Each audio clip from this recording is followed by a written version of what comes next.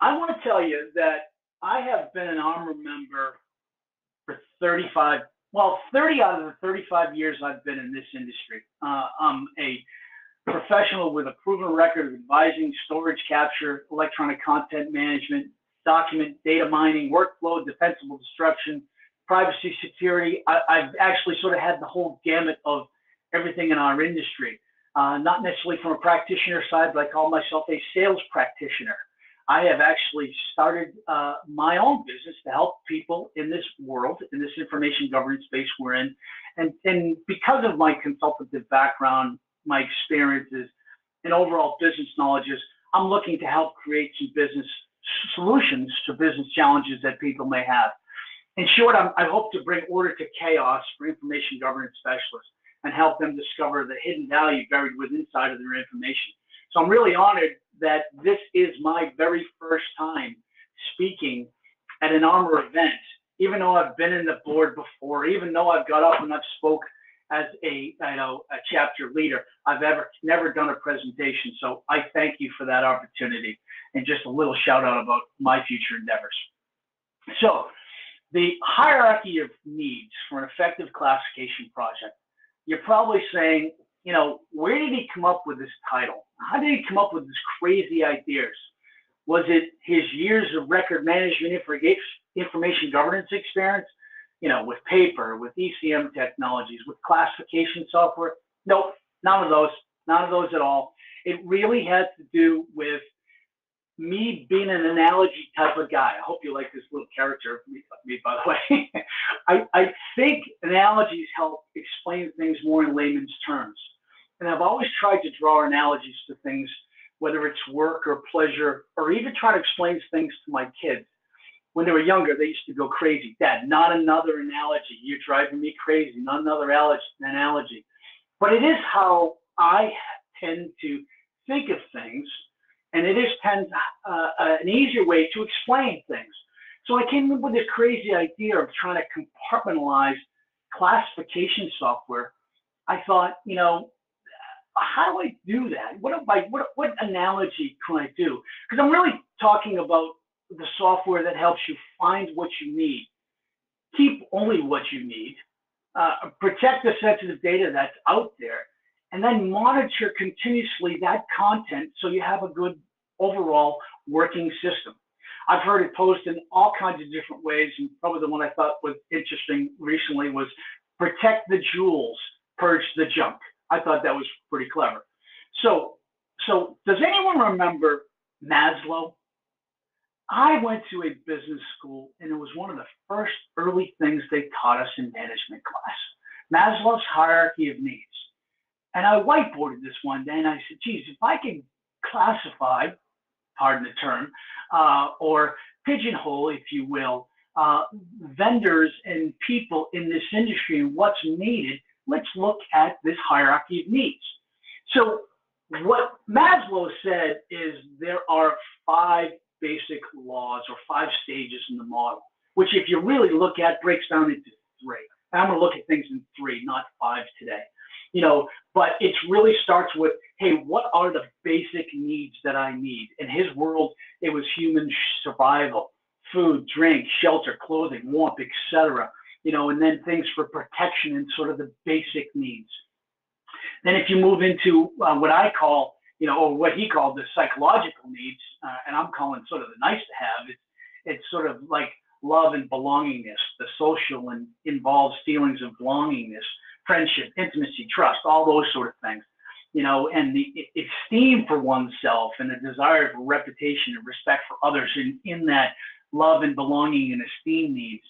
And then if you look at the top end of things, it's the self-fulfillment, seeking personal growth, to become everything one is capable of becoming. And I'm going to define that as, sort of the utopia, the things that are really what you want from that. Oops, sorry, didn't mean to go backwards. So if you look at this more graphically, this is how we laid it out. And he looks at things in basic, psychological, and self-fulfillment needs. But this is not a management class, so I will continue to get off my teaching soapbox and sort of tell you my thoughts on how this should be done. So if you look at the hierarchy of needs for classification, and I'm really talking about electronic storage of information, or ESI, not necessarily paper, because you could probably draw analogies to a paper as well. And if paper requirements are needed, you certainly can do that. But I'm going to focus today certainly on electronic storage of information, ESI. You first have to look at what are the project requirements. What am I trying to do? Then you can define what your basic needs will be. Here's another way to look at it. Let's look at the use cases. What are you trying to do in your classification project? Is it a migration? Meaning, am I going to, fix some metadata and then move it from point A to point B? That's certainly a use case. It's certainly a project requirement. It is something that has to define into your requirements that has to be done. Is it a remediation? My metadata is really, really bad. I need to fix this. I need to normalize this. That could be a really interesting use case, and is a use case we find often that's out there. Is it an upgrade? I'm going from platform A to platform B, but they happen to be the same, and I upgrade it at the same time. Maybe there's a platform upgrade, or maybe there's it's the same sort of idea as remediation. However, there involves an upgrade at this particular point. A lot of times, and I know there's people on this phone that are dealing with compliance monitoring, finding privacy information and needing to respond to that information. PII, phrases, all kinds of different regulations that are out there that make compliance more security monitoring extremely important. That's almost in all use cases at this particular point. That is, again, security. First you got to identify what you have, and you can't identify it, or you can't protect it until you identify it. And then once you identify it and protect it, do you want to suppress it in a specific area, or do you want to redact it, or do different things? But security is certainly a use case that we're finding an awful lot. And then there's new orphan data. You're talking about data that's left over from, some employee X leaves and he has all these old files. It's, in the old days, it was like, okay, that was Bob's box, and you piled up everything in Bob's box and you send it off-site storage. And believe me, there are boxes in there of Bob boxes in those facilities. We all have them, but have we cleaned them up? If we're looking at it electronically, it's sometimes easier to find that information and then actually quarantine it and find all that orphan data. Is it a paper conversion? Are we converting paper to electronic imaging? If anyone's seen some of my blogs, I've actually talked about a very large insurance company that I helped convert 30 million pages for their contracts. And the time we did it, the technology allowed us to actually just simply rename that image based on the contract number. But if they had auto classification software, or software that helps do different things, file analytics software, we could have actually attributed more information, found out where that amendment was and where that clause was, and find out more information about it. When you have a physical file conversion, it is really a unique time to add content and add additional information about that particular file to that particular project. Great way and a great use case when that's done. Obviously, we always want to look at litigation investigation. People we live in a litigious world. And when you analyze files for responsiveness or irrelevant content, it is something that has to be done. And it's sometimes the only use case in projects like this. Knowledge management is something that is sometimes an afterthought and sometimes a primary use case. I've had those use cases where literally it was intended to help find information about a specific case, but the side benefit was people could learn from what was done in the past based on certain processes. So knowledge management and knowledge management repositories actually are kept as a part of an additional benefit to a classification project. And then workflow. Certainly when you have data and you want to bring, sorry, phone's ringing. We want to bring in the benefits of finding that content and bringing it into a corporate workflow, an email system. I've had instances in the past where literally someone wanted to take content and classify email as a business record, but do that in an automatic fashion and move it over to SharePoint Online. So that's part of a workflow. Yes, it's part of a remediation, it's part of a migration, but it's also a workflow that brings documents into a specific location to use for different purposes. Different use cases, top 10, David Letterman, top 10, if you want to look at it that way, but this is where some project requirements could be defined.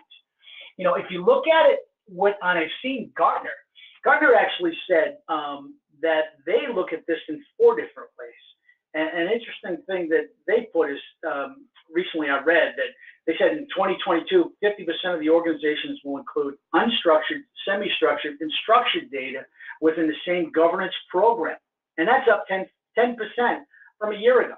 So people are looking at this data and they're saying, how can we do that? Because everyone's struggling with that uncontrolled data growth. It's really a difficult problem, right? So here's how Gartner defined this, and Gartner looked at, last year they did a study and they looked at 22 different vendors with different capabilities in what they call file analysis software, and they looked at that use cases and they broke it down into 4. Some of these will be similar to the top 10 that I talked about, but it obviously starts with risk mitigation, excuse me. This is identification of sensitive data. Again, it was one of these ones that I mentioned, and it absolutely is a big key to what's going on today. Governance and compliance. People want to be able to, on an ongoing basis, look at electronically stored information, whether it's in paper, whether it's from paper, I should say, or whether it's from email, or whether it's from this data silo, or this repository, and they want to classify it, and they want to do that on an ongoing basis to remediate that data challenges that are happening on an ongoing basis.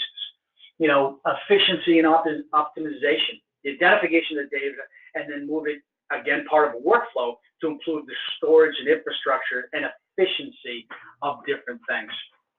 And then finally, looking at that and getting some value from it, looking at it from an analytics standpoint.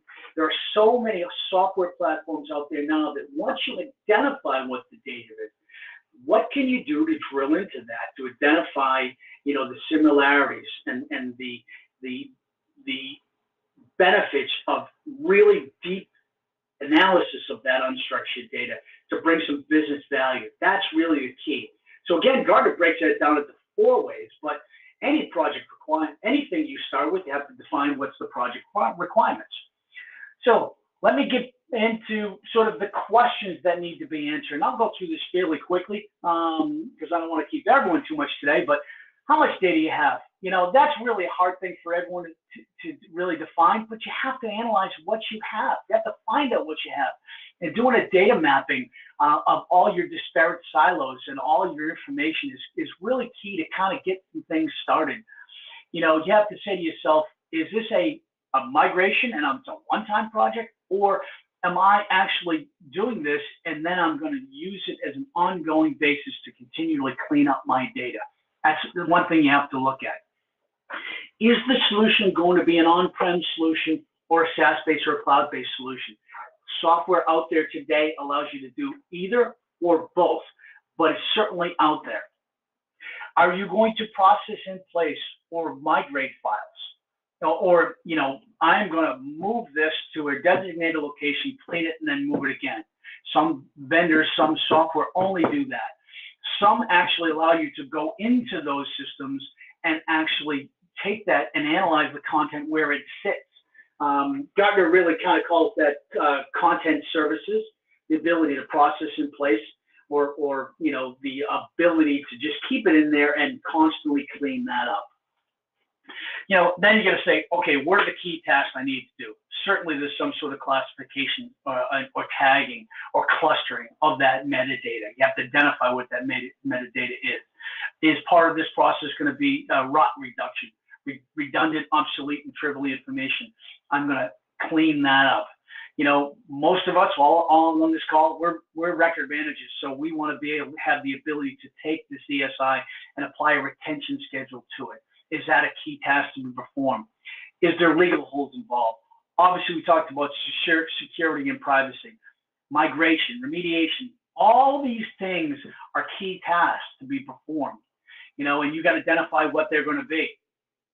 Where's the data located? This is in your data mapping, finding how much it is. This is going to help you. It could be at all kinds of different locations, but it's in disparate silos all over the place. And information is stored everywhere, and the one that people forget is email. Email is such a big repository for records, and we all know that on this particular call. And one of the things that's a benefit when you look at these systems is which one of these is going to be able to use my external data sources. Meaning, do I have a taxonomy already in place, and can I mimic that with this electronic stored information? Do I have retention policy in place? Do I have my record retention schedule defined? And once I apply these retention rules to it, can I move that over? And can I then apply that retention schedule to this to this electronic content, and then make that just like your paper process, where you have a retention policy for that, and you can just legally destroy that in that period of time? Is there any type of legal hold instructions that you can use in this process, and or privacy information? Any instructions you use that you want to use as guidance data is really helpful. How I gets that done. Then you have to say, okay, where's it going? If it's going anywhere, sometimes you can leave it right in place. But is it going somewhere else? I can move from point A to point B. I've seen it move out and then back in. Every use case is completely different. But the top 8 questions you have to ask yourself in this project, classification project, that's what has to be done. So let me get back to sort of my pyramid and my thought. And again, we're focused only on ESI. What are those basic requirements that need to be done? Certainly, you need to create metadata. That's key. Everything, metadata is king. It starts everything with metadata. You're going to have the appropriate metadata. Then you say, okay, if it's electronic, if it's an email, it's a Word document, great, I can just extract that information from it. Oh, maybe it's a PDF. Maybe it's a scanned document. I have to do some OCR or auto text extraction from that. Obviously, I've got a code, and I've got tag, and then most basic requirements involve some sort of ROT processing, because once you identify the ROT, a lot of that can be moved to a designated location or legally defensively destroyed. Then you say, okay, what are the nice to haves? What are things that I want to be able to do that, maybe not part of my basic requirements, but I want to get done? Is it the unitization of files? I talked about that contract project I did. Software allows you to take that contract, scan it all in, and then actually unitize those particular files based on doc types that are there. So you don't have to look at, and I need to put a slip sheet in this top page because this is the amendment, and this is the contract, and this is the revision, all that sort of stuff. Unitization can be done automatically. Is there exception process that has to be done? We talk about privacy information. Do I have to auto redact information? All that information is all nice to have. It may be a basic requirement in some particular projects, but in some cases it might be a nice to have. So this is all sort of subjective to how I think. Specialization. These are things that I think when you get to the top of the pyramid, and not all vendors are doing this. Not all vendors are taking and looking at the document and say, hey, I got some French documents because this is a Canadian outfit. So I've got to do some auto translation, move it from French or whatever language over to US to do the processing. Or maybe it's, a German, or maybe it's Asian, or I should say, like Japanese and Chinese, or some of those types of things. But you want to have the ability in looking at all the different vendors. Who does that translation? Who does the transcription? Maybe it's an audio file. Those sort of things are at the top of the pyramid. Okay, who does auto rules or rules disposition? Based on this particular doc type and based on this particular retention code, I need to then move it to here, or I need to do this to it. Everybody on this call knows that there's some disposition with a file at some particular point. Then you have auto coding, auto tagging. These are all sort of the specialized types of requirements in classification. Then you got to say to yourself, okay, who are the vendors that actually do this? And there are vendors, and there's lots of vendors. Like I say, Gartner identified 22, and I know there's a lot more that actually fit into this in their requirements. Where do they fit on that scale? You know, are they in the basic requirements? Probably a lower end system. Are they into the nice to have? Now you're looking at systems that are beefing up or maybe integrating with certain things. And then what are the specialized systems that are out there? Ones that actually do that sort of thing.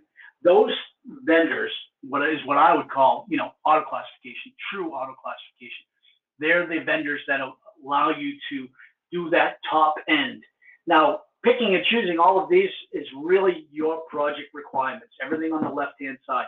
What has to be done and what do I need? And then what vendor fits. Again, me whiteboarding this, you can sort of see the genesis of my idea saying, okay, where's everyone fit? And how's this going? And if you could see me moving my hands, I'm moving them up and down.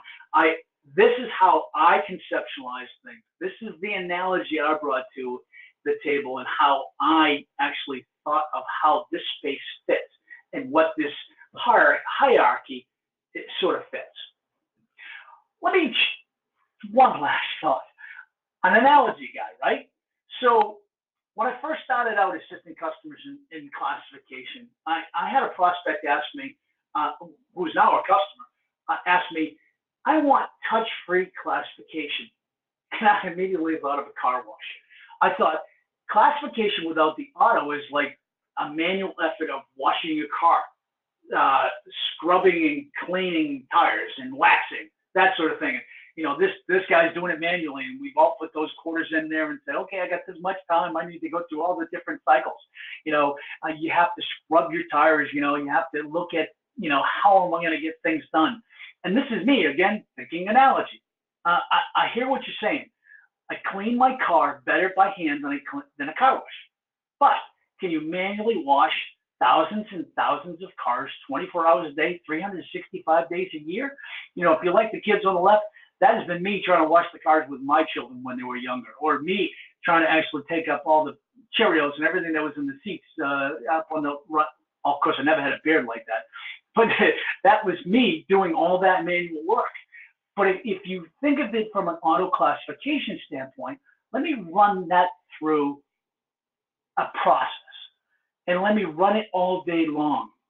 So auto classification software can process as fast as you want to go and never stop. And let me go one step further.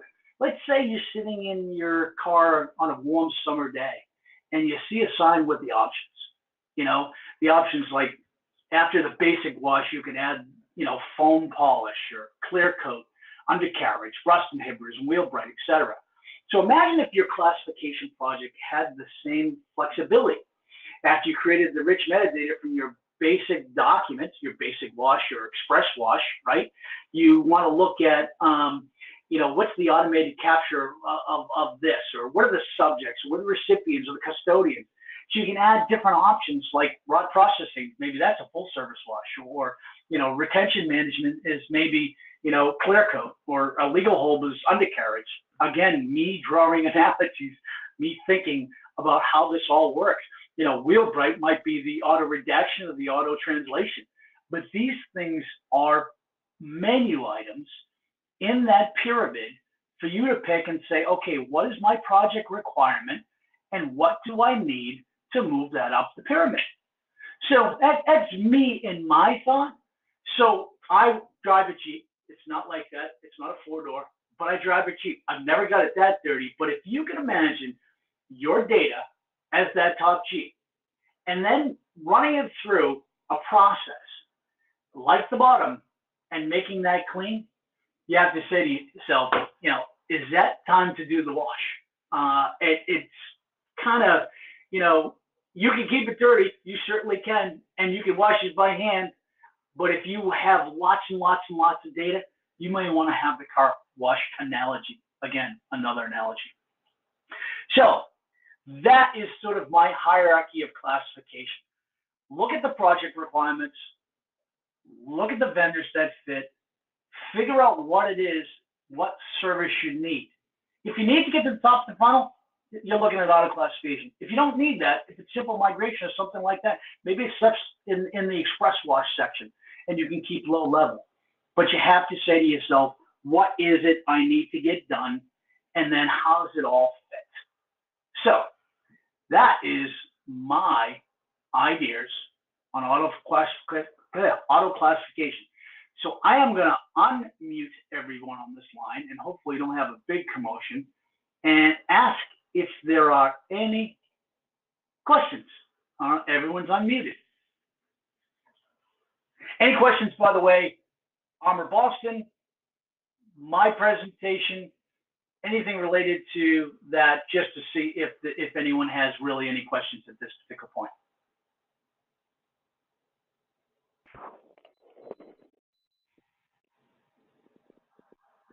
And if you would like to ask me questions later, certainly my information's here. I appreciate this opportunity really to present to the chapter. And I thank everyone for the time, unless anyone has any questions.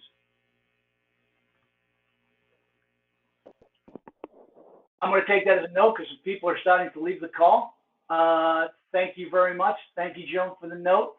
I wish you all well. I hope to see you all at our next meeting for a meet and greet. I will have a beer with you, and I look forward to that.